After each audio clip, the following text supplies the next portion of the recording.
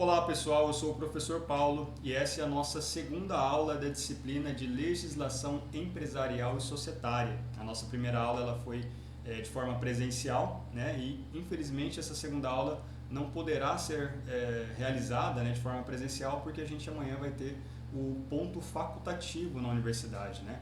Então portões estarão fechados, toda a dinâmica ali da estrutura da UFMT estará funcionando de uma forma distinta do que sempre vem funcionando, né, nos dias correntes ali comuns. E por conta disso, né, o departamento decidiu que seria efetuado, né, aulas de formas online para todas as disciplinas. Então não só vocês estarão tendo essas aulas online, mas outras turmas, né, de outros semestres também estarão acompanhando as aulas da faculdade de maneira online, né? E basicamente a gente tem duas formas de fazer essa aula. Uma é o que a gente chama de formato síncrono, que é quando a gente faz uma espécie de live. Então, no momento em que eu estou gravando ou dando a aula, vocês estão acompanhando, assistindo essa aula. E a outra forma é o modelo que eu escolhi fazer, que é o formato assíncrono, né? Como que funciona o formato assíncrono? No momento em que eu estou gravando essa aula, vocês ainda não estão assistindo, eu vou editar esse vídeo e depois disponibilizar o link para que vocês possam assistir. E no momento posterior vocês estarão assistindo essa aula. Eu preferi fazer nesse formato por alguns motivos, né? Vou elencar aqui alguns desses motivos. Primeiro é porque eu não tenho ainda acesso aos sistemas da UFMT, né? Eu sou professor que acabou de assinar contrato, né? Então ainda não estou com todos os acessos liberados. Uma das formas de fazer essa aula síncrona seria através do próprio sistema da UFMT, mas como eu não tenho acesso ainda, eu não consigo realizar dessa forma. A outra maneira de realizar isso seria ou via, eu ia falar Gmail, mas não é Gmail, mas utilizando alguma plataforma Google, né, para a gente fazer isso, o Google Meet, acabou me fugindo aqui o nome, né, mas utilizando o Google Meet, mas o Google Meet tem limite de tempo, né, e um outro formato seria utilizando o Zoom, né, que eu confesso que eu não tenho tanta familiaridade assim, não sei se tem limite de tempo. Enfim, para evitar qualquer tipo de problema que eu pudesse ter, seja com o Zoom ou com o Google Meet, eu preferi deixar essa aula gravada para vocês, né? E uma outra facilidade também é que ela vai estar disponível, então vocês vão conseguir assistir essa aula a qualquer momento, assistir mais de uma vez, enfim. Bom, é isso, pessoal. Para a gente não tomar muito tempo, né, e andar com a nossa disciplina, eu vou apresentar o tema da aula de hoje e a gente vai começar a discorrer, tá? Lembrando, tendo dúvidas, pode me encaminhar pelo meu telefone, acho que todo mundo tem, eu passei na primeira aula, ou por e-mail também, ou a gente pode discutir na próxima aula, tá? Começar uma aula no formato digital, então eu vou tentar ser o mais elucidativo possível, mas obviamente que às vezes alguma dúvida que vai ficar aí com vocês eu não vou ter como ouvir, né? Então peço que guardem para a próxima aula, tudo bem? Além dessa aula gravada, eu vou disponibilizar também os slides, né, em formato de PDF. Eu já deixei com o líder da turma, o Ataíde, os slides, e nesse momento que eu estou gravando a aula, ele já está com os slides. Não sei se ele já disponibilizou para vocês, mas assim que eu terminar a gravação, editar, eu já mando aqui para ele, beleza? Tá, então vamos lá. Qual que é o tema da aula de hoje? Nessa aula a gente vai ver a organização jurídica dos empreendimentos, né? Basicamente ela está dividida aqui em 4 grandes blocos ou 4 grandes tópicos, né? Primeiro tópico é empresário individual e suas responsabilidades. A gente vai ver um pouco do que é o empresário individual, né, esse conceito, quais são os critérios que ele tem que seguir e principalmente a sua responsabilidade. Além disso, microempreendedor individual, né, que é o famoso MEI. Hoje é uma forma muito comum de iniciar, né, a atividade empresarial por ela ser bastante simplificada em relação a outras. A terceira forma que a gente vai ver aqui é a sociedade limitada unipessoal, não confundir com a LTDA tradicional, mas apesar de que ela carrega muitas e muitas semelhanças que a gente vai ver aqui. E o quarto bloco a gente vai ver a diferença entre empresa privada e empresa pública. Uma vez que quando a gente fala, né, da figura da empresa, a gente tem também no setor público as empresas públicas, né? Então a gente vai ver um pouquinho dessas diferenças para que a gente possa refinar o nosso conhecimento, tá bom? Tá, então vamos lá. Primeiramente, objetivos da aprendizagem. Eu sempre gosto de começar a aula com esses objetivos. Hoje a gente fez um objetivo bem sintético, que é conhecer as diversas formas de organização jurídica dos empreendimentos e suas características. Basicamente é isso. Claro que a gente vai ver em outras aulas novas formas de organização jurídica, mas agora a gente vai ver as formas chamadas de iniciais, né? Por onde que a gente inicia isso? Tá, vamos lá. Recapitulando a aula 1, o que a gente viu na aula 1? A gente basicamente, né, viu 3 tópicos ali. Primeiro, um histórico do que foi o direito comercial, né, como que ele surge, né, a figura ali do ato de comércio, que é o berço do direito comercial, e depois a transposição para a chamada teoria da empresa.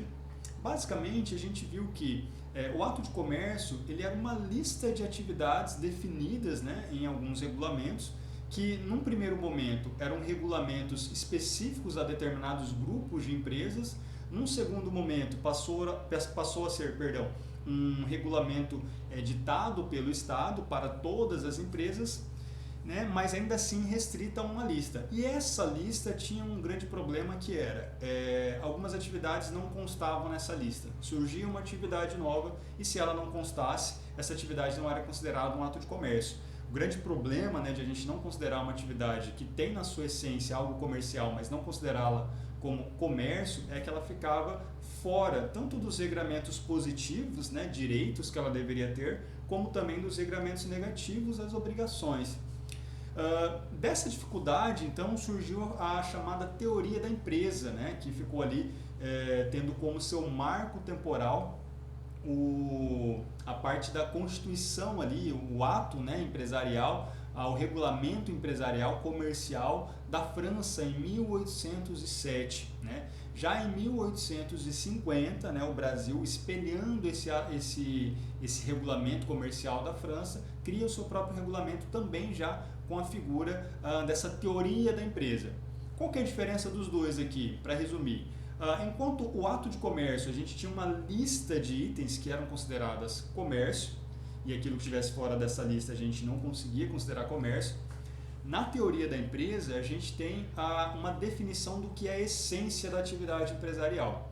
E essa definição de essência da atividade empresarial abarca praticamente tudo. Agora não precisa ser necessariamente uma lista, mas qualquer coisa que se identifique com essa essência do que é a atividade empresarial, que nada mais é do que uma atividade econômica organizada, dizendo de maneira bem simplista, né? E por fim a gente foi para a definição de empresário, artigo 966 do CC, o famoso Código Civil.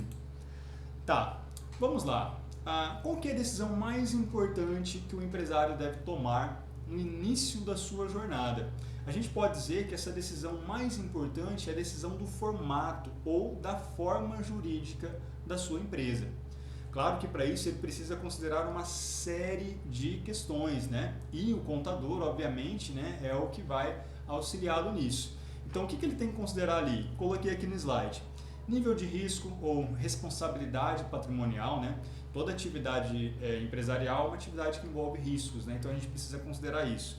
Regime tributário aplicável, limites de faturamento, a gente vai ver que alguns formatos têm limites de faturamento, obrigações acessórias, captação de investimento, enfim, tem uma infinidade de pontos ali que a gente deve considerar para que a gente possa escolher o formato jurídico mais adequado. Aqui a gente vai começar com um tópico que é muito importante, que é o chamado empresário sozinho, né? Ou empresário solitário. Claro que esse é o termo que eu dou, né, a esses formatos iniciais, mas nada mais é do que aquele formato de empresa no qual a gente só tem uma pessoa tocando o negócio na figura de sócio. A gente sabe que há alguns anos atrás, né, a gente não poderia ter a constituição de uma empresa se não fosse com pelo menos 2 sócios, e hoje a legislação já concede esse direito para a gente. E a gente vai começar com a figura do empresário individual. Então, qual que é a definição que a gente tem aqui de empresário individual?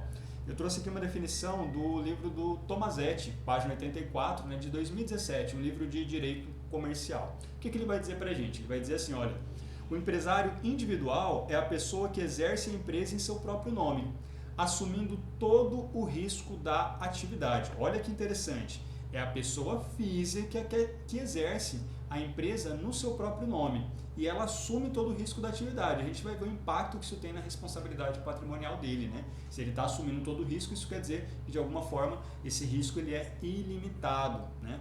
Vamos lá. É a própria pessoa física que será titular da atividade, ainda que lhe seja atribuído um CNPJ próprio, distinto do seu CPF. Não há distinção entre pessoa física em si e o empresário individual. Tá, vamos lá. Avançando aqui para o próximo tópico, né? Quem pode ser então empresário individual? Aquele que possui capacidade civil plena, e a gente viu isso na aula passada, né? Então a gente tem uma série de requisitos para possuir a capacidade civil, mas basicamente ele precisa ser de maior de idade ou ter no mínimo 16 e ter algum tipo de critério de emancipação já cumprido, né? Então, aquele que possui capacidade plena, artigo 5 do 5º do Código Civil, o emancipado de 16 anos ou mais, artigo 5º, parágrafo único do Código Civil, e o incapaz menor de 16 anos ou interdito. O que é interdito? É aquele que foi interditado. Imagina uma pessoa que por algum problema, né, às vezes ela tem um problema com alcoolismo ou algum problema de dificuldade ali, algum problema de ordem mental, né? Ela as suas decisões não possam ser levadas ali, consideradas como decisões sérias, né? Como decisões que de fato ali uma pessoa com capacidade normal, né? Vou dizer normal aqui entre aspas, né? Sem falar sobre nenhum tipo de preconceito, mas no sentido daquilo que é considerado normal ou razoavelmente normal, e aí ela precisa ser interditada, ou seja, existe uma determinação judicial de que as decisões delas não são válidas, aí ela precisa da figura de um terceiro, um tutor ou algo nesse sentido que vai responder por ela. Então essa pessoa também ela pode ser empresária individual, porém numa situação em que ela vai continuar uma atividade que já vinha sendo exercida por uma outra pessoa. E de onde decorre isso, né? Já que a gente fala que precisa ter a capacidade, seja a capacidade plena, 18 anos, ou seja a capacidade ali com uns 16 anos, mas emancipado, como que o interdito ou o menor de 16 anos pode exercer essa figura ali do empresário mesmo não tendo a capacidade? Bom, aí a gente tem o chamado princípio da preservação da empresa, e esse princípio ele diz que é melhor que a empresa continue a sua atividade, uma vez que ela tem toda uma rede social ao seu redor, fornecedores, empregados, etc., né, no qual ela beneficia, do que simplesmente ela acabar porque o sócio que é, digamos, o sucessor, né, dentro dessa linha, né, sucessória, é de menor. Obviamente que esse de menor vai ter que ser assistido, né, por alguém responsável, um tutor ou algo nesse sentido, para que a empresa continue as suas atividades, né? Eu não vou entrar tanto nesse tópico porque aí a gente vai para a parte jurídica e esse não é o nosso foco. Aqui a gente não é advogado, aqui a gente é contador e a gente só precisa ter essas informações preliminares para saber que de fato sim, um de menor dentro de determinadas condições pode exercer a atividade de empresário individual, tá? Próximo tópico, características do empresário individual. Primeiro, titular, apenas a pessoa física, né? Segundo, nome empresarial, obrigatoriamente é o nome civil do titular, né, completo ou abreviado.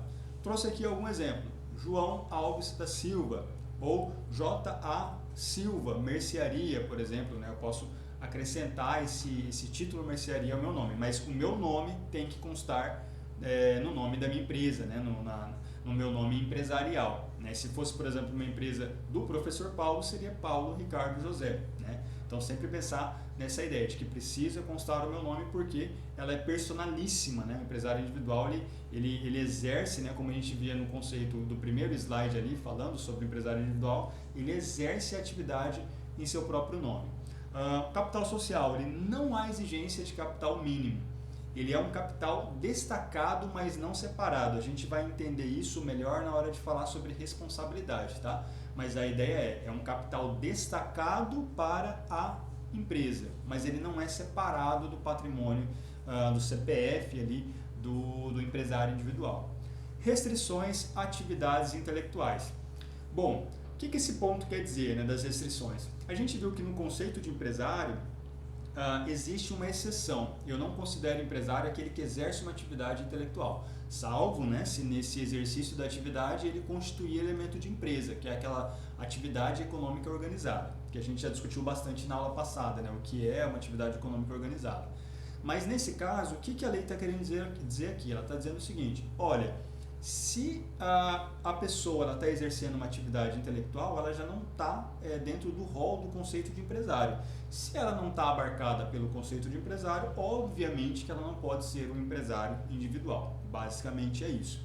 Professor, mas imagina que é um dentista e ele abriu uma clínica de dentista. Opa! Aí a gente escapou da vedação, porque aí a gente tem atividade intelectual de um dentista ou de um contador, né? Vamos falar aqui da nossa classe, mas esse contador deixou de prestar o seu serviço como autônomo e agora ele tem uma equipe que trabalha para ele tem toda uma estrutura organizada, né? Uma estrutura econômica organizada. Aí sim, obviamente, que ele pode sim ter a sua empresa. Só que aqui, vamos pensar bem, aqui a gente está falando sobre a figura do empresário individual. O empresário individual, via de regra, ele não tem toda essa equipe, porque ele está agindo em nome próprio, né? Mas claro que a gente não pode restringir as coisas e dizer, olha, eu não posso ter um empresário individual que não tenha essa estrutura. Eu posso ter sim, mas a gente vai ver mais para frente que pelas características de confusão patrimonial que existe, né, na figura do empresário individual, é praticamente impossível, porque seria muito desvantajoso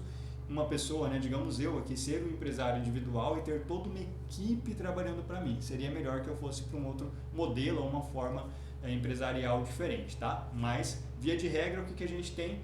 Não pode exercer atividade intelectual. Existe uma possibilidade? Sim, se essa atividade intelectual for exercida como uma atividade econômica organizada. Mas, dado as desvantagens que a gente ainda vai ver aqui sobre o empresário individual, muito provavelmente ele não vai ser uma atividade intelectual classificada como empresário individual. Tá? Eu não sei se esse ponto ficou claro, mas resumindo o que eu estou tentando dizer aqui. Atividade intelectual, o empresário individual não pode exercer. Beleza? Essa é a regra principal. Pode acontecer algum momento em que eu tenha um empresário individual nessa forma jurídica, sendo uma atividade intelectual exercida dentro de uma estrutura econômica organizada? Pode acontecer, mas aí seria um problema bastante sério, uma vez que o empresário individual ele não tem separação patrimonial. E aí é muito difícil que eu tivesse, por exemplo, um escritório de contabilidade, né, o exemplo que eu estou dando, organizado sob essa figura. Via de regra ele não pode, beleza? É isso que a gente tem que gravar. Vamos lá, responsabilidade ilimitada. O que isso significa? Isso significa que se ele tem um problema, né, jurídico ali no seu CNPJ, algum passivo que ele tenha que resolver com terceiros e, enfim, ele não tenha como arcar só com o dinheiro da empresa, ele vai arcar com o seu patrimônio próprio, né? Trouxe até aqui no próximo slide uma figura para a gente entender isso. Então a gente imagina aqui a pessoa física, né? Acho que até agora eu estou vendo aqui ficou errado aqui, né? Tá, pessoa física, né? Mas na verdade a pessoa física, a gente tem aqui a figura dos itens ali, dos ativos de uma pessoa física, do patrimônio. Então a gente tem casa, carro, conta bancária. Do outro lado a gente tem a figura da empresa, onde a gente vai ter, né, no exemplo aqui, dívida trabalhista, dívida fiscal, fornecedores. Então, como a responsabilidade do empresário individual ela é ilimitada, isso quer dizer que ele responde com o seu próprio patrimônio para cumprir com as obrigações da empresa. Tá? Obviamente, desde que a empresa não tenha recurso para isso. Enquanto a empresa tiver recurso, tudo bem, ele vai sanar com os recursos da empresa. Quando a empresa não tiver mais recurso, ele vai ter que cumprir, né, sanar essas pendências financeiras com o seu próprio recurso. Né? Vamos lá, vantagens. Simplicidade na Constituição, a gente só precisa de um requerimento, né, e a gente vai ver mais para frente, né, um pouco desses aspectos. Não há limite de faturamento, ou seja, ele pode faturar o quanto ele quiser. Obviamente, né, que quando ele escolhe o regime tributário, ele passa a ter o limite de faturamento do regime tributário, mas esses limites não são da forma jurídica empresário individual. Ele pode optar aqui, como a gente está vendo, pelo Simples Nacional, pelo lucro presumido e também pelo lucro real, tá? Respeitando os limites aqui de cada regime, como eu coloquei. E Um último benefício aqui que a gente poderia citar é que ele não exige sócio, ou seja, eu quero exercer a atividade de contador, eu não tenho um sócio, não quero ter sócio, eu posso ser vamos até pegar um outro exemplo, né, porque contador já seria uma atividade intelectual, mas eu quero exercer aqui o meu comércio, eu não tenho um sócio, eu posso ser um empresário individual e exercer a minha atividade comercial, tudo bem? Desvantagens, né? Primeiro, a principal dela, a maior desvantagem de todas é a responsabilidade ilimitada, né? Ou seja, se essa atividade que ele desenvolve resultar em algum problema financeiro para a empresa e que a empresa não consiga arcar, ele vai ter que responder com o próprio patrimônio. A gente não tem separação patrimonial, né? Outra coisa, né? Limitações para a venda, né? Não se vende um EI, né, um empresário individual, se vende o estabelecimento, né, o que é mais complexo. O que eu estou querendo dizer aqui? Eu não consigo, por exemplo, diferente de uma forma jurídica no qual eu tenho sócios, vender a minha empresa para um terceiro quando eu sou um empresário individual. Eu consigo fazer o que a gente chama de trespasse, né? O trespasse ele nada mais é do que transferir o estabelecimento. A gente vai ver depois um conceito de trespasse para a gente entender melhor como funciona, né? Mas só para a gente continuar ainda nas desvantagens, a gente tem uma menor credibilidade no mercado. Como assim uma menor credibilidade? Uma vez que o empresário individual ele não tem separação patrimonial e todos os requisitos que ele cumpre são muito mais simplificados, a gente acaba tendo uma certa dificuldade de que esse empresário, frente a outras formas jurídicas, né? Imagina que ele vai contrair um empréstimo no banco. Tem ele disputando esse empréstimo e tem um outro empresário com uma forma jurídica distinta, né, de sociedade, com mais requisitos ali que são cumpridos, com mais transparência. Com certeza esse empresário individual ele vai ter menos crédito, menos credibilidade que outra forma jurídica mais organizada do que a forma de empresário individual, que é muito simplista, tá? Sobre esse termo aí, trespasse, a gente tem uma definição do livro do Tomazetti novamente. Tratando-se de uma universalidade de fato, é certo que o estabelecimento ele pode ser alienado como um todo, como uma coisa coletiva. É o que recebe na doutrina a denominação de trespasse. Então, trespasse ele é mais um termo, digamos, jurídico, né, para essa transferência do estabelecimento. Então, como eu disse, o empresário individual ele não vende a sua empresa, ele vende, digamos, o seu ponto comercial, que é o trespasse. Só que ele esse processo de venda, né, entre aspas, ele é um pouco complexo, né, não é uma coisa muito simples de se fazer. Bom, eu trouxe aqui algumas definições do GovBR e alguns aspectos legais. Professor, como assim definições do GovBR? É o seguinte, eu vou aqui abrir acho que eu já estou até com o site aberto aqui. Vou trazer aqui para a tela.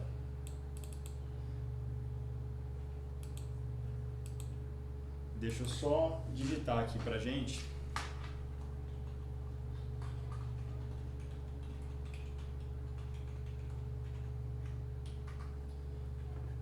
Coloquei aqui empresário individual no Google. Vou clicar aqui nesses dois links, mas eu acho que esse primeiro aqui já vai trazer para a gente. Vamos fechar aqui. Basicamente, o que a gente tem aqui nesse site do governo federal, né? Esse aqui é a parte das empresas, né? O site GovBR ele tem vários pontos ali, né, relacionados a cada atividade e serviço que o governo presta. Aqui são serviços relacionados às empresas e a gente tem aqui a definição de empresário individual e de microempreendedor individual. Então aqui a gente tem alguns regramentos, né, que é bem interessante que vocês consultem, tá? Então basicamente qual que é o caminho que eu fiz? Vou voltar aqui, coloquei empresário individual Gov. Então o primeiro link aqui ele vai me levar para esse site do governo e aqui ele vai ter alguns pontos que a gente vai ver no slide. Mas é interessante que vocês também conheçam isso, tudo bem? Fora outros links, né, que vão normatizar o empresário individual estão aqui também, tá? Então vamos lá, voltando para os nossos slides.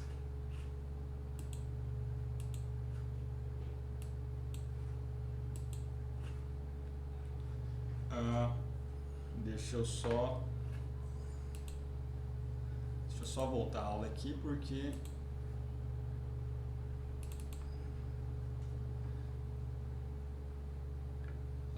aparecendo na outra tela e senão vocês não vão conseguir acompanhar.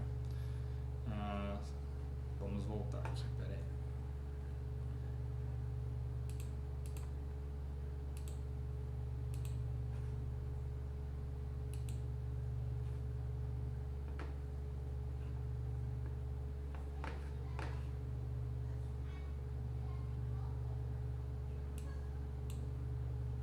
Tá, vamos lá, pessoal, voltando aqui. Bom, o que eu vou ter aqui, pessoal? Eu trouxe o link, né? Esse link aqui, Empresas e Negócios, é o link que a gente estava acessando. E trouxe aqui algumas características que estarão nesse link ou em alguns anexos a esse link, tá? Vamos lá, o que a gente tem de algumas definições? Primeiro, não é possível ter sócios caso a sua escolha seja por esse tipo de regime jurídico, né? Então, se eu sou empresário individual, eu não consigo ter um sócio. Se, por exemplo, durante a minha atividade, né, acontecer um momento em que eu queira ter um sócio, eu não consigo trazer esse sócio para dentro da minha atividade. Vou precisar abrir uma outra empresa com essa pessoa, tá? O empresário individual ele não possui limite de faturamento e não é automaticamente inscrito no Simples Nacional. A gente pode pensar, bom, se o empresário individual é uma forma mais simplificada, né, de forma jurídica de empresa, então obviamente ele já vai para o Simples Nacional e isso não é verdade, ele precisa fazer a adesão ao Simples Nacional. O empresário individual ele pode optar pelos regimes de tributação lucro real ou lucro presumido, né, que são os regimes, digamos, oficiais, tradicionais ali do nosso regime tributário ali, né? O Simples Nacional ele é digamos, um regime especial, então ele pode optar pelos regimes tradicionais também. Além disso, o empresário individual ele pode abrir filiais, né? Apesar dele não poder ter sócio, ele pode abrir uma filial, né? Para a gente entender o conceito de filial, é uma empresa que está ligada ao mesmo CNPJ raiz, mas ela está localizada num município, numa região diferente, tendo um CNPJ próprio, mas relacionado ao CNPJ raiz, que é o da empresa principal. O empresário individual ele responde com todos os seus bens, e isso é um ponto muito importante, pelas dívidas e prejuízos decorrentes do exercício da sua atividade, incluindo as filiais, se houver.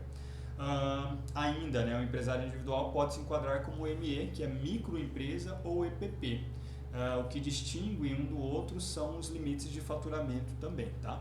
Então, lembrando, o empresário individual não tem limite de faturamento, mas dentro desse enquadramento entre micro e EPP, né, que são os portes, aí ele pode ter sim um limite de faturamento. Ainda não há limite de funcionários, ou seja, ele pode ter quantos funcionários ele quiser. E o registro do empresário individual ele é feito na junta comercial. Lembra que a gente viu isso na aula passada, né? A figura da junta comercial e como que ela é importante, já que ela centraliza todos os atos de constituição e alteração de empresa, bem como as demonstrações contábeis. Então, o empresário individual ele também faz o seu registro na junta comercial. Então, ele até trouxe aqui, né? Na junta onde ele deseja instalar a sede da empresa por meio de arquivamento de instrumento próprio e mediante pagamento do valor constante na tabela de preços da junta comercial do estado, né? Lembrando que a gente tem uma junta comercial por estado. A depender do estado, a gente vai ter custos diferentes para essa abertura. Todas essas definições que a gente viu estão no artigo 966 a 980 do Código Civil. Alguns itens eu não trouxe para o slide, itens que eu não achei pertinente para essa aula e para a atividade do contador. Voltando aqui. A instrução normativa, né, DREI, número 81 de 2020, está no link do GovBR para a gente acessar, e o anexo 2 também está lá, tudo bem? Continuando, eu trouxe aqui alguns aspectos do Código Civil, ou seja, tudo que a gente falou até agora está no Código Civil e em regulamentos da Receita Federal. Mas, obviamente, que eu não vou ler esses dispositivos aqui, porque senão a aula vai ficar muito maçante. Eu prefiro, então, que esses dispositivos sejam lidos, né, por vocês, né, em casa ou no momento em que estiverem fazendo a aula, pause o vídeo e vai avançando ali no PDF que eu vou deixar disponibilizado. Ou uma outra alternativa é que vocês leiam a lei, né, a lei pura, digamos assim, né? Aí algum termo que não fique compreendido, alguma passagem da lei que não ficar clara, eu peço que me tragam para a próxima aula para a gente poder discutir isso daí junto, tudo bem? Então eu vou passar aqui esses slides que tem as definições do Código Civil, uma vez que a gente já viu isso no que eu expliquei até o momento, tá? Dúvida que pode surgir, professor, o que o senhor vai cobrar aqui da gente? Na prova, eu vou trazer questões que tragam situações na qual vocês vão ter que pensar como serão resolvidas de acordo à lei, tá? Professor, o senhor pode cobrar uma descrição da lei pura? Posso, mas a tendência é que eu traga mais situações, que obviamente a resposta estará nesses artigos aqui da lei quando se tratar de empresário individual, tá? Só um ponto importante daqui, que eu acho que precisa ficar claro, deixa eu ver, acho que é esse ponto aqui, dos cônjuges, né? Aspectos legais dos cônjuges, eu até destaquei isso aqui. O que acontece, pessoal? Quando a gente casa com uma pessoa, né, a gente assina um contrato, né, que é um contrato matrimonial. E a gente conhece as figuras ali de, digamos, responsabilidade patrimonial que existem nesses contratos matrimoniais. A gente tem, por exemplo, aquele que tem a partilha total dos bens, né? Aquele que tem a separação total dos bens, ou aquele que tem a partilha parcial, que é a partilha que ocorre só a partir da data do casamento em diante. Então pensa comigo, se eu sou empresário individual e eu estou ali tendo a minha atividade empresarial sendo desenvolvida, registrada, tudo certinho. Como tudo que é meu é também da minha esposa, se eu estiver num regime de partilha de bens, então eu também tenho ali, a minha esposa também tem participação nisso. Aí o Código Civil ele vai trazer alguns pontos que a gente precisa refletir. Isso aqui eu acho importante tratar aqui no vídeo, porque eu acho que é um ponto bem peculiar da lei, né? O que ela vai dizer? Vamos lá, artigo 977. Faculta-se aos cônjuges contratar sociedade entre si ou com terceiros, desde que não tenham casado no regime de comunhão universal de bens ou no da separação obrigatória. Então ele está dizendo o seguinte, que é facultado aos cônjuges contratar sociedade entre si ou com terceiros, desde que não tenham casado no regime de comunhão universal de bens, que é aquele que partilha tudo desde o início, né? Ou seja, desde antes do casamento aquilo que era de um passa a ser do outro, ou no regime de separação que não tem nenhum vínculo entre os bens. O empresário casado, isso aqui já no artigo 978, pode, sem necessidade de outorga conjugal, qualquer que seja o regime de bens, separação total, partilha total ou parcial, alienar os imóveis que integrem o patrimônio da empresa ou gravá-los de ônus real. Por que o Código Civil traz esse destaque aqui relacionado aos cônjuges? Porque numa situação normal, se eu sou casado, eu não posso, por exemplo, vender uma casa que está em meu nome, porque eu precisaria do consentimento da minha esposa, já que a gente partilha os bens, tá? Eu não posso gravar de ônus real o nosso patrimônio, né? Esse é o termo jurídico.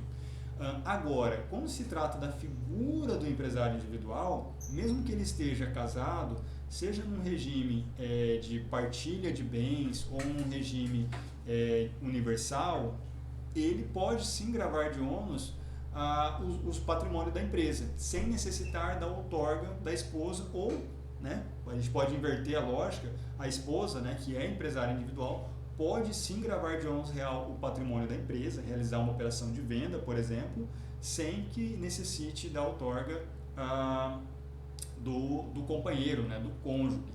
Então esse é um ponto importante, tá? Porque aqui a gente teria ali talvez um conflito, né? E a norma do Código Civil ela é bem clara, olha, nesse caso aqui não tem conflito, a gente está dizendo que o empresário individual pode sim gravar de ônus, ou seja, ter algum impacto financeiro ali no patrimônio, e ele não precisa da outorga da esposa ou do esposo, tá? Então isso daqui tem que ficar bem claro.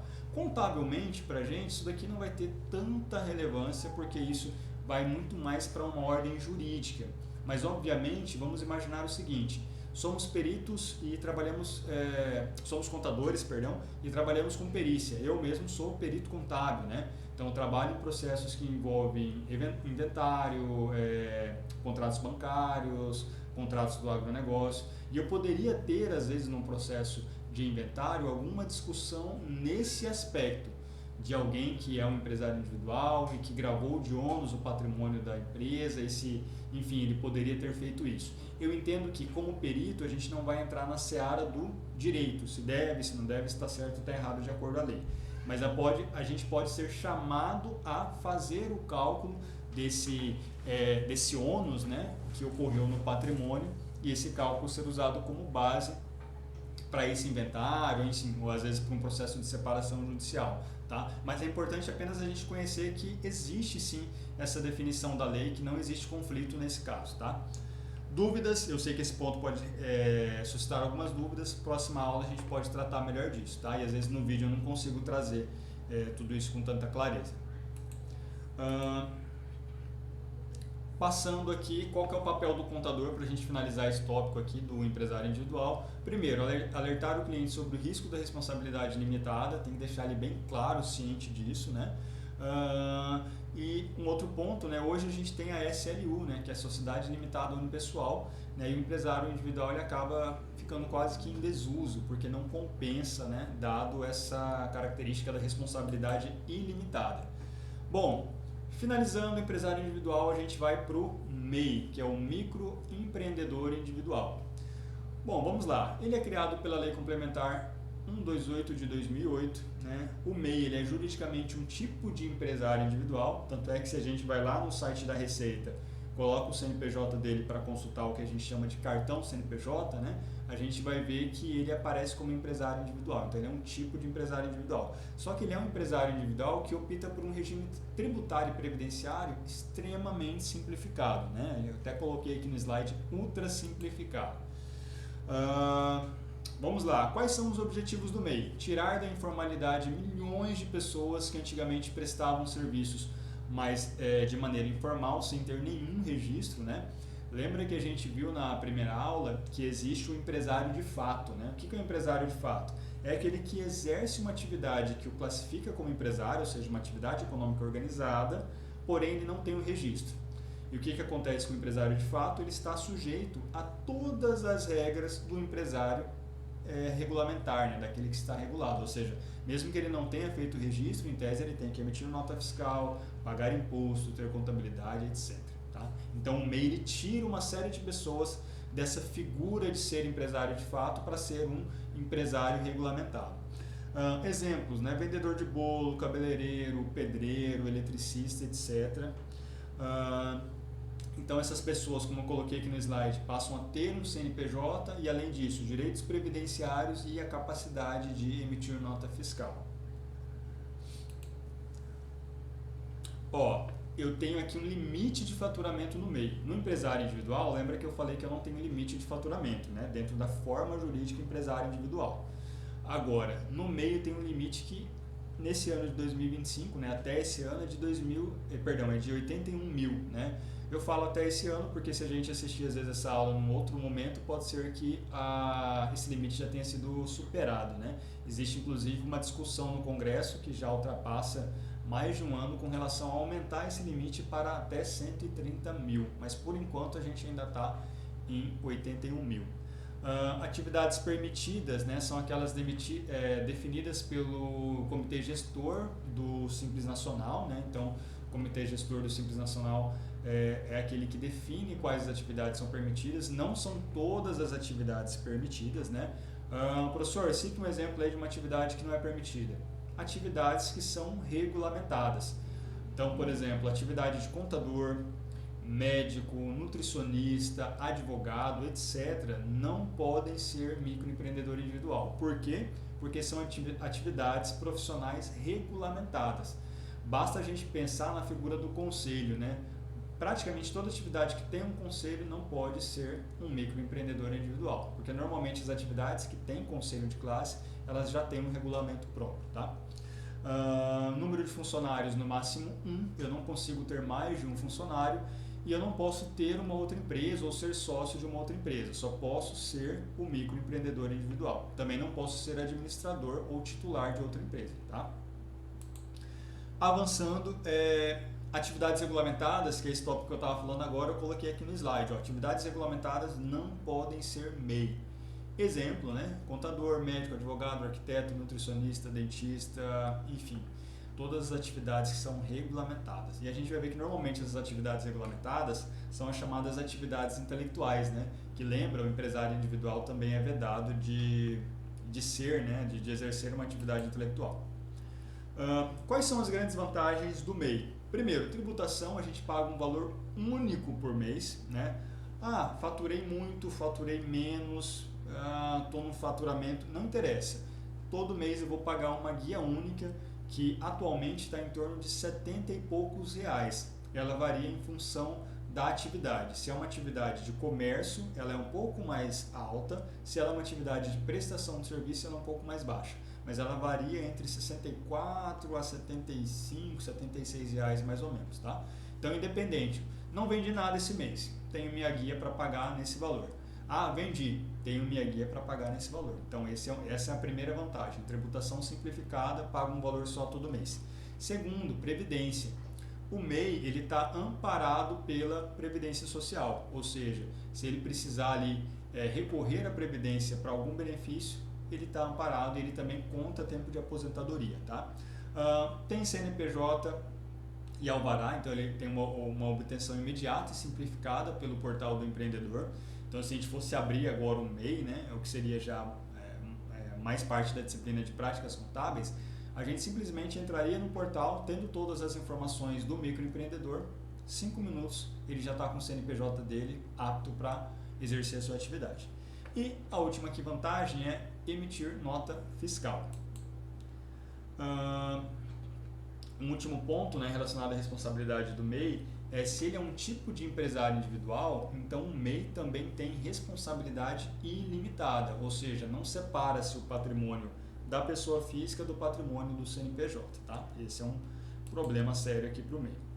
Agora a gente vai tratar de um tópico bem importante aqui para o MEI, que é o desenquadramento. Né? O que é o desenquadramento? É quando o MEI, por algum motivo, alguma falha dele, ele é desenquadrado, ele deixa de ser MEI e ele vai ser enquadrado automaticamente como empresário individual. Né? Então, quando que a gente tem o desenquadramento? Quando ocorre a ultrapassagem, né? Quando ultrapassa o limite de faturamento. E aí a gente vai ter duas situações distintas. Se o MEI ultrapassou esse limite anual de 81 mil, só que esse valor, né, em que ele ultrapassou não chegou a ser maior que 20%, então ele vai ser excluído do MEI, mas a partir de 1º de janeiro do ano seguinte. Então imagina que nesse ano de 2025 eu sou o MEI, ultrapassei o limite de 81 mil, mas essa minha ultrapassagem não foi maior que 20%. Então, a partir de janeiro do ano que vem, sou empresário individual, não sou mais MEI. Tá? Agora, se eu ultrapassar esse limite num percentual maior que 20%, ou seja, eu ultrapassei 81 mil e essa ultrapassagem é maior do que 20% de 81 mil, então eu automaticamente deixo de ser MEI e a Receita Federal ela retroage até 1º de janeiro essa alteração, ou seja, se eu ultrapassar o limite agora, em outubro, né, esse limite de 81 mil em mais de 20%, eu já sou desenquadrado do MEI e a Receita Federal já me cobra todas as guias, demonstrações, todas as obrigações acessórias, por exemplo, a partir de janeiro desse ano, né, constando que eu sou empresário individual. O empresário individual ele não paga apenas uma guia única, ele vai pagar o imposto conforme a sua apuração de faturamento todo mês. Tá? Então, basicamente, é isso, né, que a gente precisa entender do desenquadramento. Outra situação que pode desenquadrar o MEI, que eu não acabei não colocando aqui no slide, mas é, por exemplo, aquele MEI que não paga as guias. Ele deixa de pagar as guias, vai deixando um mês, outro mês, e a Receita vai lá e tira ele do MEI e coloca ele como empresário individual. Essa é outra situação também. Tá? Aqui eu coloquei, acabou ficando no slide duplicado, né, o papel do contador. No caso do MEI, basicamente o papel do contador é orientar, uma vez que o MEI ele não tem, ele não precisa, né, legalmente de um contador. O MEI ele não precisa ter um contador, a legislação não obriga ele a fazer isso, até porque ele não precisa apresentar nenhum tipo de declaração. Né? Basicamente as obrigações do MEI são pagar a guia mensal todo mês e fazer o que a gente chama de declaração de faturamento anual, mas é uma declaração bem simples, né? O MEI consegue fazer sozinho. Bom, agora a gente vai entrar na sociedade limitada unipessoal. Essa é bem interessante e essa é a porta de entrada para as principais empresas que a gente tem no país, né? Que são principalmente ali os prestadores de serviços, as microempresas, as empresas de pequeno porte. Bom, o que a gente tem aqui? Primeiro, até 2019 não era possível que eu tivesse uma empresa sem ter um sócio. Só existia essa possibilidade se eu seguisse um regime, um formato jurídico chamado de EIRELI. O que era a EIRELI? Era a Empresa Individual de Responsabilidade Limitada. Basicamente, quais eram as características que eu tinha que cumprir para ter uma EIRELI? Eu não tinha sócios, era apenas um sócio, e eu tinha que ter um capital inicial, né, um capital de entrada de 100 salários mínimos. Então, se a gente aplicasse essa regra para hoje, e a gente está com o salário mínimo de 1.518, né, no momento em que eu gravo esse vídeo, a gente tinha que ter aproximadamente 100.060 reais, né, ali para que a gente pudesse abrir essa empresa, né? Então, assim, seria algo extremamente custoso, né? Então, fica praticamente inviável, a barreira de entrada ela fica muito grande quando a gente tem essa determinação de que para abrir uma empresa com um sócio só, eu preciso ter pelo menos 100 salários mínimos. Então, basicamente, eu inviabilizo isso. Então, o que ocorreu a partir de 2019? Houve uma mudança na lei. A EIRELI deixa de existir, os que tinham o formato de EIRELI até então passaram a ser classificados como sociedade unipessoal, né, ou sociedade limitada unipessoal, que é a SLU, e a SLU ela tem um grande diferencial que ela é praticamente uma sociedade limitada, porém de um sócio só. Tá? Então eu não preciso mais ter esse requisito de ter 100 salários mínimos como capital inicial. Se eu tiver apenas ali R$1.000 de capital inicial, eu posso abrir a minha empresa, ou um valor menor, né? Não tem um capital inicial específico para isso. Né? E essa é uma solução melhor, né, do que o empresário individual. Vamos lá, né? A solução antiga, como eu citei aqui, né, 2011, criou a figura da EIRELI, que é Empresa Individual de Responsabilidade Limitada, perdão, deixa eu voltar aqui o slide, era uma PJ, né, com um titular apenas e com responsabilidade limitada. Olha que interessante, diferente do empresário individual, a responsabilidade era limitada, ou seja, o patrimônio da pessoa física não se confunde com o patrimônio da pessoa jurídica. O problema é que ela exigia um capital social de no mínimo 100 salários mínimos, isso é uma barreira muito grande, né? A EIRELI foi extinta de fato aqui em 2021, como eu coloquei aqui no slide, tá? Retornando, vamos lá. A alteração do Código Civil ocorreu em 2019, né, que permitiu que então a chamada sociedade limitada fosse constituída por apenas um único sócio, e daí a gente tem a figura então da sociedade limitada unipessoal, né, de uma única pessoa. E aqui eu trouxe alguns pontos do Código Civil, né, onde que foi alterado. Então, se a gente for lá para o artigo 1052, ele vai dizer o seguinte para a gente: na sociedade limitada, a responsabilidade de cada sócio é restrita ao valor de suas cotas, mas todos respondem solidariamente pela integralização do capital. Parágrafo único, a sociedade limitada pode ser constituída por uma ou mais pessoas, né, incluída aqui pela legislação 13874 de 2019. Então, o que é uma SLU? Vamos trazer alguns pontos ali de definição. Primeiro, uma sociedade empresária de um único sócio. Tá? Segundo, tem um CNPJ próprio. Terceiro, possui contrato social. Aqui a gente tem um elemento inovador. O empresário individual ele só tem um requerimento que formaliza a constituição como empresário individual, mas ele não tem contrato social. Professor, qual que é a diferença na prática disso? Bom, o contrato social ele traz uma série de regras ali que trazem mais confiança ali para a empresa. Imagina o exemplo que eu dava, né? Você vai solicitar um crédito numa instituição financeira, só que você é um empresário individual que sequer tem um contrato social. É muito diferente de ser uma sociedade limitada, que eu tenho um contrato social com regras claras, né, que dizem quantas vezes por ano eu apuro o meu lucro, eu reparto o meu lucro com sócios, enfim, todas as regras ali, quem que é o administrador da minha empresa, quais os poderes que ele tem, tudo isso está no contrato social. E tem responsabilidade limitada, essa é a principal vantagem da SLU, né? Então vamos lá, se a responsabilidade é limitada, a gente vai dizer o seguinte: o sócio responde apenas até o limite do valor do capital social. Professor, capital social ali, digamos, da SLU é de 100 mil, respondo até 100 mil. Ah, professor, é de 90, respondo até 90 mil, sempre limitado ao valor do capital social. Até coloquei aqui um exemplo: se o capital é de 100 mil, ou melhor, de 10 mil, perdão, esse é o limite teórico da responsabilidade do sócio, ou seja, as dívidas da empresa são da empresa e não do sócio. Trouxe aqui até aquela mesma figura que a gente tinha trazido na figura do empresário individual, né? Aquele mesmo esquema, só que aqui eu coloquei um xizinho aqui na pessoa física, né? Dizendo, olha, o que é da pessoa física é só dela, fica ali o que é da empresa, tá? Aqui eu trouxe um ponto que é importante, tá? Porque quando a gente fala que a responsabilidade é limitada, a gente fala dentro de um cenário onde não há crimes, tudo bem? Uma coisa é eu ter um passivo fiscal, uma dívida trabalhista e aquilo estar restrito ao meu capital social. Agora, imagina que eu tenho um crime. Vamos lá, uma empresa fez alguma coisa ilícita, ela tem um desvio de finalidade ou ela faz a chamada confusão patrimonial, que é quando ela confunde, né, ali as contas da pessoa física com a pessoa jurídica, usa uma para movimentar os valores de outra. Nesses casos, pode ocorrer o que a gente chama de desconsideração da personalidade jurídica. Quando eu desconsidero a personalidade jurídica, aí o patrimônio que é da pessoa física se funde ao patrimônio da pessoa jurídica. Obviamente que para eu chegar nesse ponto eu preciso de uma decisão judicial, tá? Então, antes de haver uma decisão judicial, não há confusão patrimonial. Houve uma decisão judicial dizendo que sim, tem que ser desconsiderada a personalidade jurídica. Aí eu passo a ter a confusão patrimonial na SLU também. Mas para que haja a desconsideração da personalidade jurídica, é preciso que a empresa tenha cometido algum crime, tá? Se não houver essa definição, aí realmente não tem como ter a confusão patrimonial.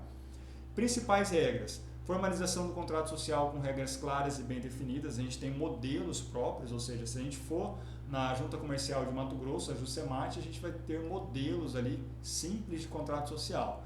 Professor, posso fazer um contrato social diferente? Pode, não tem diferença, não tem problema, desde que as principais cláusulas estejam lá. Por exemplo, escritório de contabilidade tem um modelo padrão de contrato social, tá? E quem exige esse modelo padrão do escritório de contabilidade é o próprio Conselho Regional de Contabilidade. Então, se a gente for abrir, professor, me formei e vou abrir um escritório agora. Primeira coisa que você vai fazer, quando for formatar o seu contrato social, pegar o modelo que o CRC exige, verificar se está compatível e fazer naquele molde. Porque se não fizer nesse molde, você vai estar desalinhado com os critérios que o CRC exige para o contrato social. E aí você não vai conseguir registrar o seu escritório no CRC, tá? Porque não só o contador tem um registro no CRC, mas cada escritório tem também. Então vamos lá, formalização do contrato social com regras claras e bem definidas, escolha do administrador. Aqui eu posso ter um administrador que não seja necessariamente o sócio, tá? E ter contabilidade, esse é um ponto fundamental. O SLU, né, Sociedade Limitada Unipessoal, quase que eu falei aqui empresário individual, mas a sociedade limitada unipessoal ela tem que ter contabilidade. Então, desde a sua abertura, as alterações, os demonstrativos, todo o acompanhamento mensal, tá? Fiscal, pessoal, etc. Legislação aplicável, aqui a gente vai do artigo 1052 ao 1087 do Código Civil. Aqui eu trouxe a mesma instrução normativa, né, do empresário individual, também trata aqui da limitada unipessoal, só que o manual que o governo disponibiliza é o anexo 4, no empresário individual era o anexo 2, tá? Aqui está com um link, então no material em PDF vocês vão poder clicar e ser levados diretamente para lá, tá? Aqui eu trouxe alguns pontos do Código Civil, não vou passar tudo, né, como eu disse anteriormente, senão a gente vai ficar lendo lei e isso não vai fazer muito sentido. O texto está aí para vocês lerem e a lei também está disponível para que vocês possam fazer uma consulta mais aprofundada. Vou destacar alguns pontos aqui que eu acho importante, tá? Então vamos lá, artigo 1055, o capital social ele se divide em cotas, né? Ele não é por ações, ele é um capital por cotas. Ações a gente tem a figura ali da sociedade limitada, que a gente vai ver em aulas posteriores. Perdão, da sociedade anônima, tá? Isso aqui é uma sociedade limitada, cotas. Sociedade anônima, ações, tá? Então, o capital se divide em cotas iguais ou desiguais, cabendo uma ou diversas a cada sócio. Pela exata estimação de bens conferidos a capital social, respondem solidariamente todos os sócios até o prazo de 5 anos da data de registro da sociedade. Isso quer dizer o seguinte, ó, eu tenho ali um capital de 100 mil, tenho 2 sócios, um que integralizou já 50 mil, né, cada um tem 50%, e o outro que ainda não integralizou. Se a minha empresa tiver uma pendência fiscal, um passivo ali para resolver, e ela seja instada a cobrir com essa dívida, eu vou responder pelos 100 mil. E, inclusive, o sócio que integralizou o capital vai ter que arcar com aquela parte do sócio que não integralizou, tá? É isso que o artigo está dizendo. Tenho dois sócios, um integralizou, o outro não integralizou. Esse cara que integralizou, ele ainda continua responsável pelo cara que não integralizou, tá? Não é só a responsabilidade de quem não integralizou, a responsabilidade é conjunta, mesmo que um já tenha integralizado. É vedado a contribuição que consiste em prestações de serviço. Por exemplo, eu tenho um capital social, aí eu digo ali, olha, meu capital social eu vou colocar em prestação de serviço, eu não tenho como fazer isso, tá? Eu posso colocar em bens, né, em imobilizado, imóveis, terrenos, etc., ou em valores monetários, né, conta corrente, dinheiro em conta. Bom, aqui eu vou deixar para vocês lerem porque é mais a parte do texto cru da lei, tá? Eu vou avançar para que a gente vá para o próximo tópico. E os pontos que eu acho que merecem atenção eu destaquei aqui na cor azul, tá?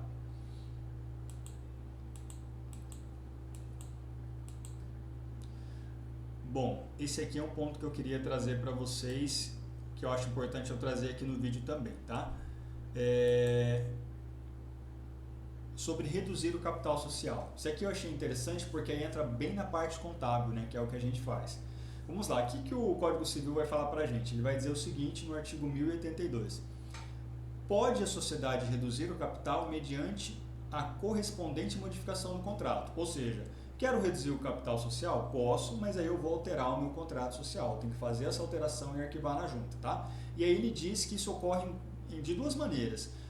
Depois de integralizado, se houver perdas irreparáveis, imagina que a empresa reconheceu uma perda irreparável, seja por um desastre, algum fato fortuito, né? Ela pode reduzir o capital, ou se excessivo em relação ao objeto da sociedade. Imagina que a empresa constitui um capital ali muito alto e o objeto da sociedade, às vezes, ele não exigiria tanto, né, um capital tão elevado. Então, ela pode fazer essa redução.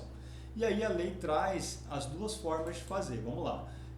O artigo 1083 vai falar do caso do inciso 1, que é esse inciso que fala se houver perdas irreparáveis após a integralização do capital. Ele vai dizer o seguinte, no caso do inciso 1 do artigo antecedente, a redução do capital será realizada com a diminuição proporcional do valor nominal das cotas, tomando-se efetiva a partir da averbação no registro público de empresas mercantis, né? Que são as juntas comerciais na ata de assembleia que o tenha aprovado. Então vamos lá, o que ele vai dizer?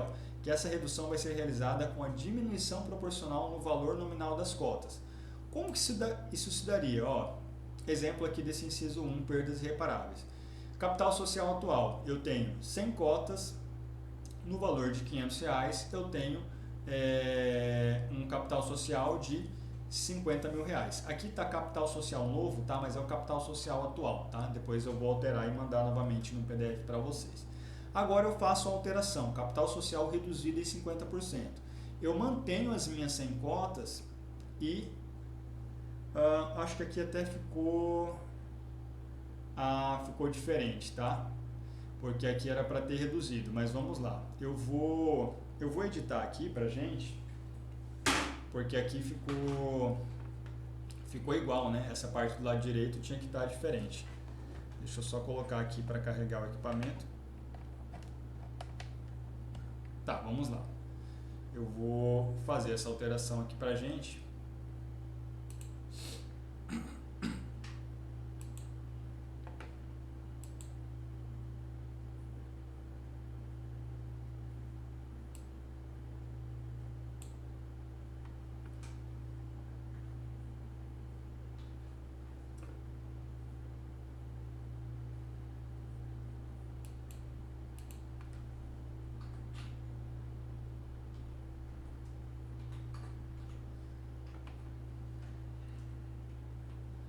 Vamos lá, tá?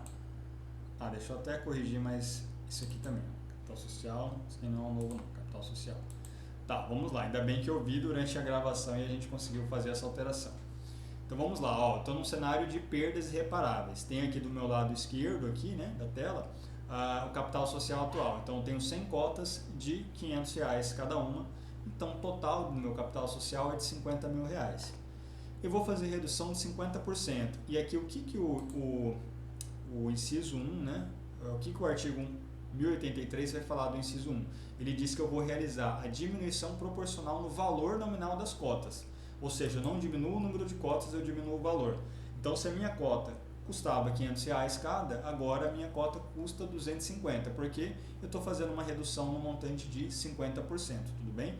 Então, o capital social antigo, que era 50 mil, reduziu o valor da cota para 250, passou a ser 25 mil. Aqui no segundo, a gente vai ver o caso aqui do segundo. A redução do capital, qual que é o segundo, só para a gente lembrar?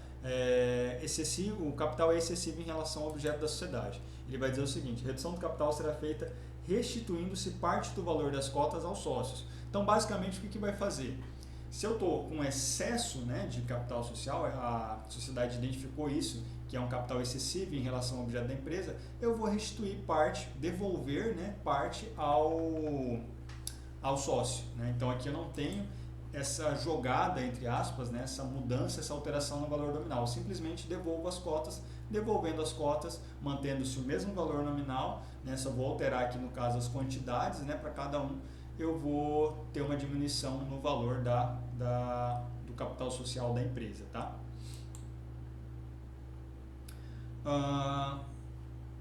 Esse último ponto aqui já é sobre exclusão de sócio. Tá? Eu não vou tocar também nesse assunto porque ele está dentro aqui do rol da parte legal, que eu considero que não compensa eu ficar lendo aqui para vocês. Se vocês acharem interessante, pode ir na lei diretamente, ou, né, se já quiser ver no slide também, fique à vontade. Não vou ficar lendo porque eu acho que não é tão interessante. Professor, mas por que o senhor parou para ver isso aqui? Porque isso aqui entra na parte contábil, que é uma parte interessante para a gente. Tá? Então vamos lá, vamos avançar até o próximo ponto, que são as vantagens da SLU. O que a gente tem de vantagem? Responsabilidade limitada, né? Então o nosso patrimônio está protegido, né? Porque o que é do CNPJ é do CNPJ, o que é do CPF é do CPF. Eu tenho a figura da desconsideração da personalidade jurídica, que pode fazer sim com que o patrimônio do CPF seja atingido, mas isso só se houver um crime e numa decisão judicial for homologada nessa decisão no sentido de desconsiderar a personalidade jurídica. Não tem capital social mínimo, diferente da antiga figura da Eireli. Evita aquela história do sócio fantasma. Antigamente, como a gente não tinha essa possibilidade de fazer uma limitada com sócio só, muitas vezes se nomeava um sócio no contrato social simplesmente para poder abrir uma limitada, mas em realidade o sócio praticamente não atuava, não integralizava a capital. Tá?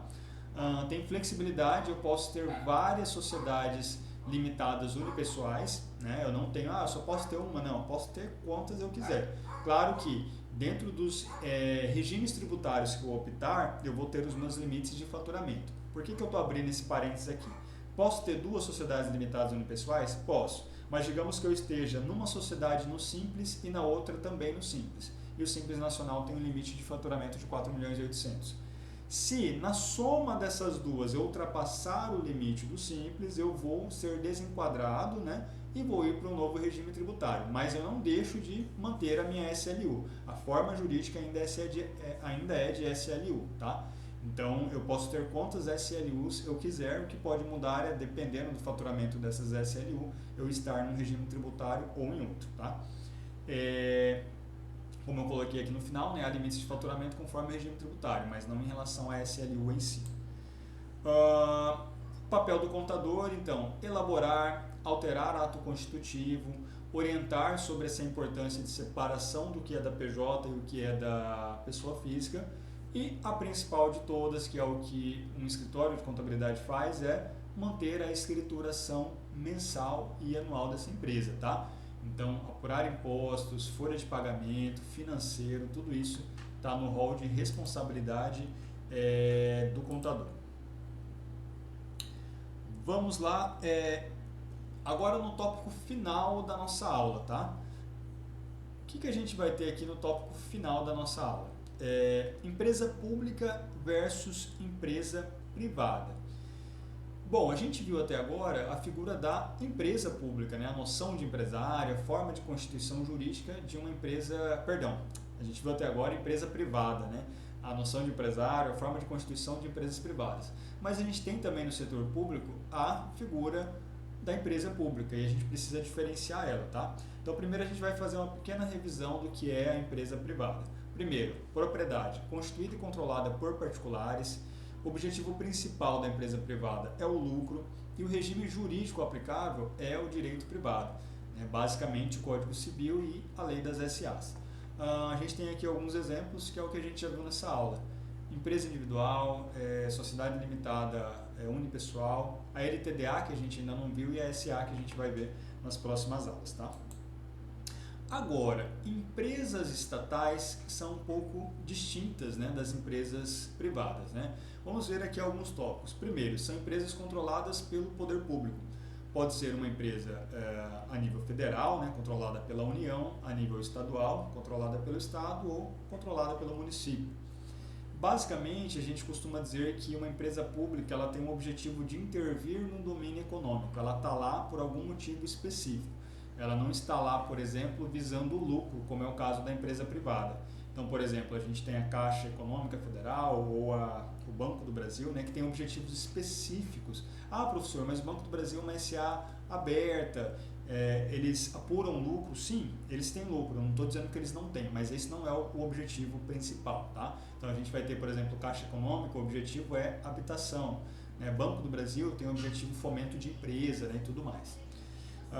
Previsão, artigo 173 da Constituição Federal. Regime jurídico aqui, ele é híbrido, tá? Ah, professor, mas a empresa pública não é abrangida só pelo direito público? Não. Por quê? Porque ela também tem relação com particulares. Então, por exemplo, se eu abro uma conta no Banco do Brasil, o Código Civil se mete nessa relação também, tá? Porque eu sou um particular com uma relação com uma empresa pública. Então, essa relação também é abrangida pelo direito privado. Então vamos lá, só para diferenciar. Empresa privada, direito privado, tá? Não tem direito público aplicado à empresa privada. Empresa pública, prioritariamente direito público, mas em alguns momentos direito privado também, tá? E a legislação especial, que é o Estatuto das Estatais, é a Lei 13.303 de 2016, tá? Outras características, características da empresa pública em si. Vamos lá. A gente fala do conceito de empresa pública, mas na verdade a gente tem basicamente duas configurações de empresas públicas. Uma que é a empresa pública em si, né, ela recebe esse termo, empresa pública, e a outra é a sociedade de economia mista, que também está dentro da figura das empresas estatais, tá? Então, vamos até deixar um pouco mais claro. Eu tenho a empresa estatal, abaixo da empresa estatal eu tenho aqui a empresa pública e a sociedade de economia mista. A empresa pública, qual que é a característica dela? Capital 100% público, tá? Então, todo o capital social dela é do poder público. Forma jurídica, pode ser qualquer forma admitida, LTDA, SA, etc. Exemplo é o Correios, né? O Correios é uma empresa pública, né? Exemplo 2, né? Caixa Econômica Federal, também uma empresa pública, tá? Ah, professor, como que eu sei? Eu preciso ir no ato constitutivo dessas empresas. Normalmente na lei que criou, no regulamento, enfim, que criou essas empresas para saber como que ela se classificou lá no início, tá? Só que além da empresa pública, né, dentro desse rol de empresas estatais, eu tenho também a figura da sociedade de economia mista, tá? Então a sociedade de economia mista, como o nome dela indica, ela tem um capital social misto. Parte é público, parte é privado. Obviamente que a maior parte do capital social tem que ser público para que o poder público tenha o poder sobre essa empresa, tá? Então, o controle, o poder público precisa ter a maioria das ações, como eu coloquei aqui no slide, a maioria das ações com direito a voto. Forma jurídica, obrigatória ser uma sociedade anônima, tá? Eu não posso ter aqui uma sociedade de economia mista que não seja uma SA.